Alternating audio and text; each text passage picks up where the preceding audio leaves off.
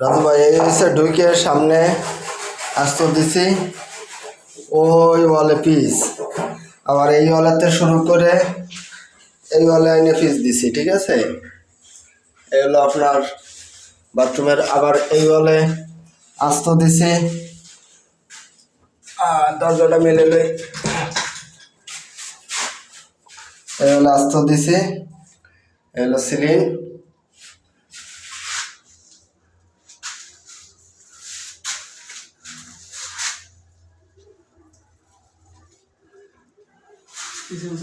গোড়া ওই হলে আস্তে দিছি, দরজার পাশে পিস, এই হলে আস্তে দিছি, এই হলে পিস।